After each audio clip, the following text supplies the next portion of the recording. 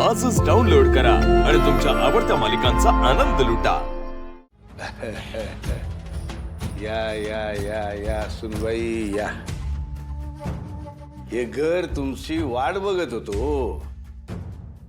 काय आमचं कंदेरात कस काय आलं इकडं? नाही म्हणजे तुमचंच घर आहे वा, पण अचानक कसे काय येणे केलेत? सूर्याचा निरोप घेऊन आले मी।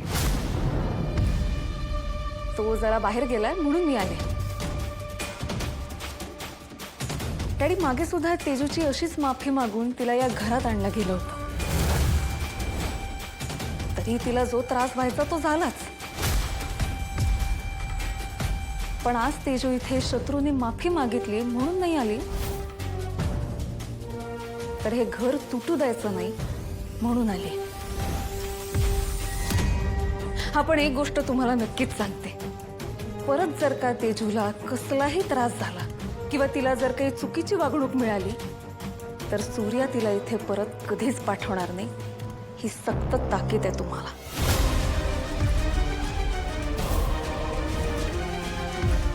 डॅडी, माझं एक काम राहिले, तेवढं उरकून येतो आम्ही।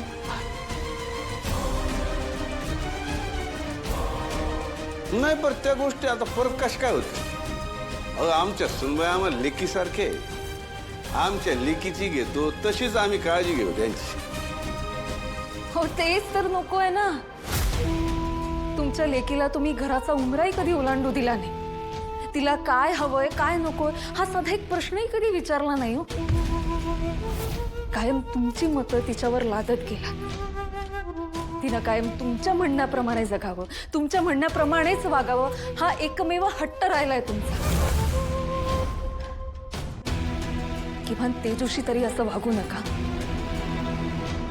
नाही नाही, आमच्या सुनबाई लय समजूतदार आहेत। त्या आमच्यावर तसं वागायची येळच येऊ देणार आहेत बा। चिरंजीव, सुनबाईंना वर घेऊन जा।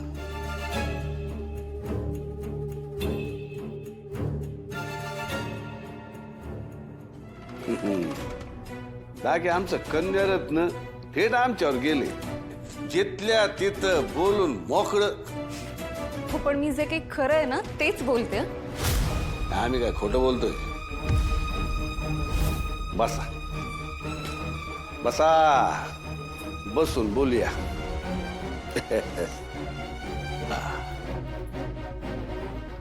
नाही बसायचं, राहूया।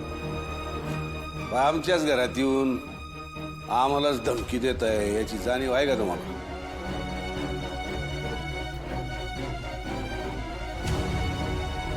आपली माणसं धमकी नाही, समज देतात।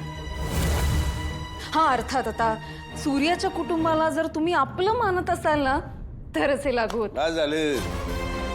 आई कशा आलं नाही तुमच्या?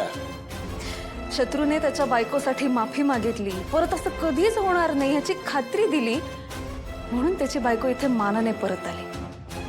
आता तुम्ही जेव्हा तुमच्या बायकोसाठी माफी मागाल ना तेव्हा सूर्या त्यांना इथे परत पाठवेल। आम्हाला खिंडीत पकडण्याचा प्रयत्न करताय, मागात पडेल तुम्हाला। विसरू नका, जालिंदर निंबाळकर मानतात आम्हाला। हो बास, आता तरी ही भाषा करू नका। सूर्याने तुम्हाला छोटाईवर फक्त हात उचलताना बघितलंय, तिचा अपमान करताना बघितलंय, तरी त्याने तुमची ही अवस्था केली। आता विचार करा, त्याला जर का कळलं की सूर्याच्या आईशी तुम्ही कसे वागलात, तिला काय कारणी किती त्रास दिलाय, तर तुमचं काय करेल हो तो? भीती घालताय आम्हाला? भीती नाही हो, फक्त वास्तवाची जाणीव करून देते। हा, पण आता या सगळ्यामुळे जर तुम्हाला भीती वाटली असेल तर ही चांगलीच गोष्ट आहे। डॅडी, आता ना मला बघायचंच आहे सूर्याच्या आत्या या घरात मानाने कशा परत येतात ते, आणि जालिंदर निंबाळकर उर्फ डॅडी त्यासाठी काय प्रयत्न करतात ते। डॅडी, तुम्हाला ऑल द बेस्ट। येते हा।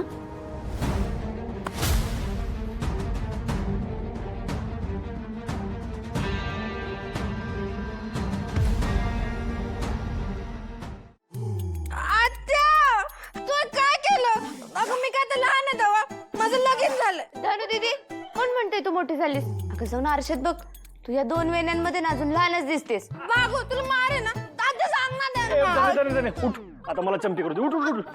एवढा भारी योग आला आणि मी सोडणार वे. चल उठ. आता मला चमटी करू दे. तेल लाव.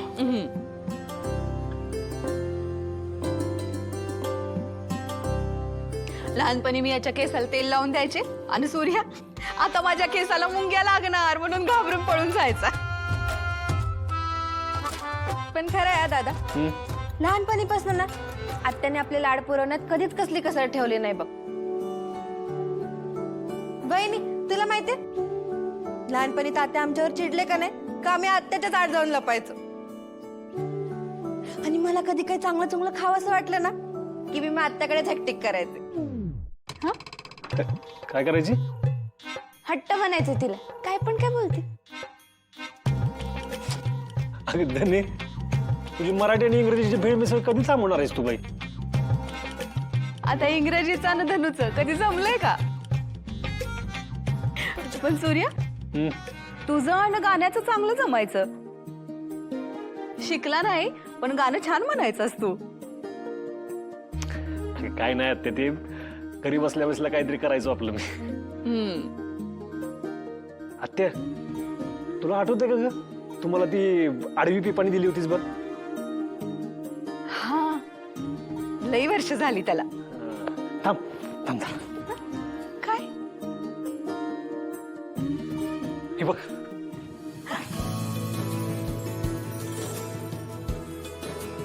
अजून जपून ठेवलायस? हा मग तू काहीतरी दिलंयस आणि ते मी जपून ठेवणार नाही असं होईल का तरी?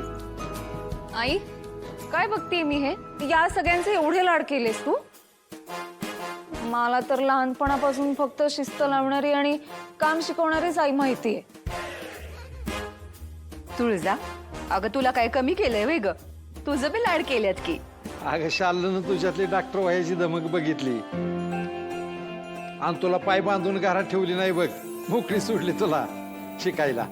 ही आमची निस्तीच गट होती सगळी बघ. अभ्यास म्हटलं की सोचायचंच नाही काय तेच नाही. अव नाही दादा, असं नाही बघा अजिबात. अव एकाला लपवावं आणि दुसऱ्याला दाखवावं अशी ही समधी पोर आहे ती बघा. आणि प्रत्येकाच्या ती वेगळं वेगळं गुण असते ती.